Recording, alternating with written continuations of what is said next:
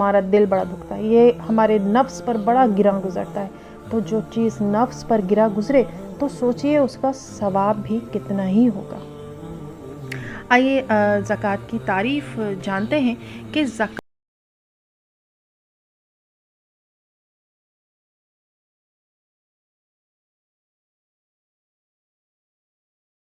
کے لغوی معنی ہے خرچ کرنا، اور فی سبیل اللہ کے معنی ہے اللہ کی راہ میں خرچ کرنا. تو اصطلاح شریعت میں اللہ کی رضا کے لیے اللہ کی راہ میں مال خرچ کرنے کو انفاق فی سبیل اللہ کہتے ہیں. شریعت میں اللہ تعالیٰ کی راہ میں خرچ کرنے یعنی انفاق فی سبیل اللہ کی دو قسمیں ہیں. ایک انفاق واجبہ ہے اور ایک انفاق نافلہ ہے. ان میں سے ایک قسم فرض اور دوسری نفلی ہے، یعنی صدقہ و خیرات اس کے زمرے میں آتی ہے جو کہ نفلی ہے. انفاق واجبہ کیا ہے؟ یہ فرض ہے اور اصطلاح شریعت میں، یعنی شریعت کی جو اصطلاح ہوتی ہے نا، بعض چیزیں ایسی ہوتی ہیں کہ جن کو ہم اصطلاحی طور پر، یعنی کہ ہم نے اس کو جاری کیا ہوتا ہے، وہ رائج ہوتی ہے، اسی لیے شریعت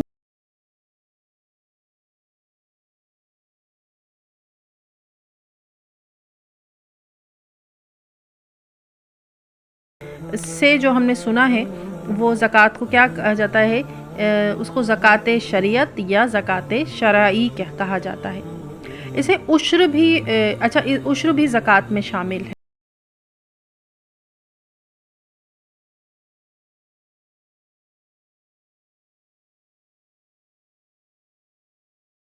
وہ تمام صدقات خیرات شامل ہیں جو محض اللہ عز و جل کی خوشنودی کے لیے اللہ کی راہ میں خرچ کیے جاتے ہیں.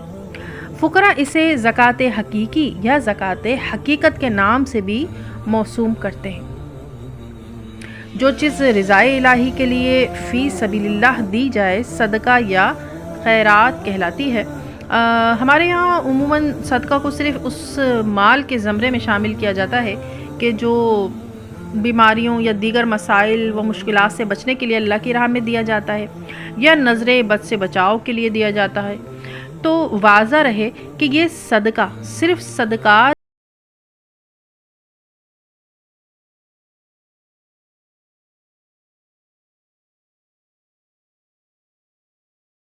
رضا کے لیے خرچ کیا جائے صدقات کہلاتا ہے. خواہ وہ زکوٰۃ ہو، خیرات ہو، ہدیہ، صدقہ رد بلا یا صدقہ نظر ہو، فطرانہ ہو، کفارہ کے طور پہ دیا گیا ہو، یا کسی بھی مد میں اللہ کی رضا کے لیے دیا جائے، حتیٰ کہ حق مہر بھی صدقے کی ہی ایک قسم ہے. تو جتنے بھی ہم نے یہ تمام چیزیں ہم دیتے بھی ہیں، پڑھی بھی، ابھی ہم سن بھی رہے ہیں، تو یہ صدقے کی اقسام ہیں، صدقات میں شامل ہیں. زکوٰۃ شریعت جو ہم نے ابھی جانا کہ انفاق کے بارے کی ایک قسم ہے، اس کے لغوی معنی کیا ہے؟ اب ہم زکوٰۃ کے بھی لغوی معنی سن لیتے ہیں.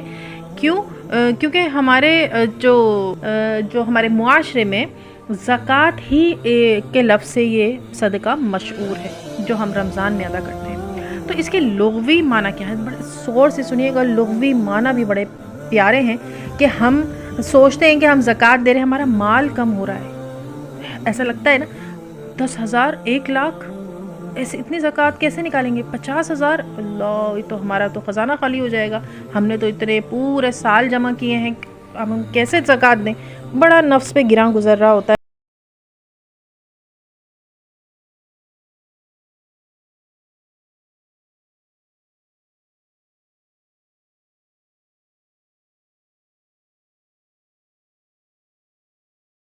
تو اب دیکھیے لغوی معنی ہے. لغوی معنی کسے کہتے ہیں؟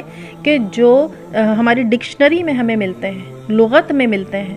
جیسے ہم اکثر کسی لفظ کا، انگلش ورڈ کا ہم ڈکشنری کھول کے معنی دیکھتے ہیں کہ بھائی اس کا معنی کیا ہے. تو ہمیں عربی جو لغت کہتے ہیں اس میں ہم اس کے معنی اگر دیکھیں تو ہمیں یہ 3 پیارے معنی ملتے ہیں جو ہمیں بڑی ہمت دیتے ہیں اپنا مال خرچ کرنے کے لیے. کیا؟ سب سے پہلے تو ہمارا مال پاک ہو جاتا ہے اس سے. اس کے بعد کیا ہوتا ہے کہ بڑھتا ہے مال، اور پھر اس کے بعد نشو و نما بھی پاتا ہے.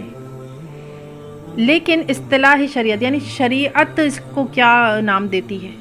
مقررہ نصاب کے مطابق، غور سے سنیے گا، اس کو سمجھے گا، یہ زکوٰۃ کی ایک تعریف ہے جس میں آپ سمجھ بھی سکتے ہیں کہ ہمیں زکوٰۃ کب، کیسے اور کسے دینی ہے۔ مقررہ نصاب کے مطابق معینہ وقت پر ہر سال اپنے مال میں سے اللہ کی راہ میں مال خرچ کرنا زکوٰۃ کہلاتا ہے، اور یہ ہر صاحب نصاب مسلمان پر فرض ہے۔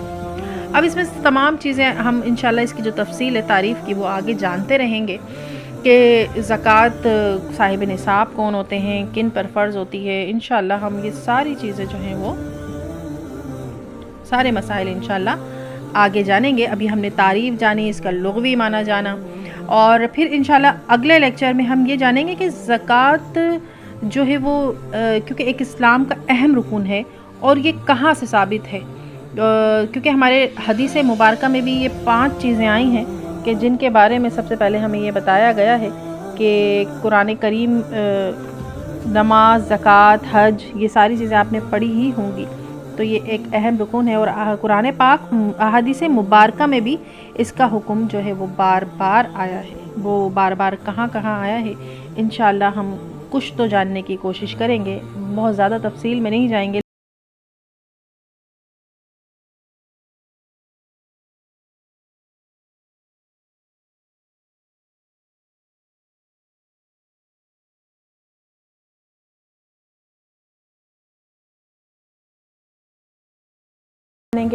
السلام علیکم ورحمۃ اللہ وبرکاتہ۔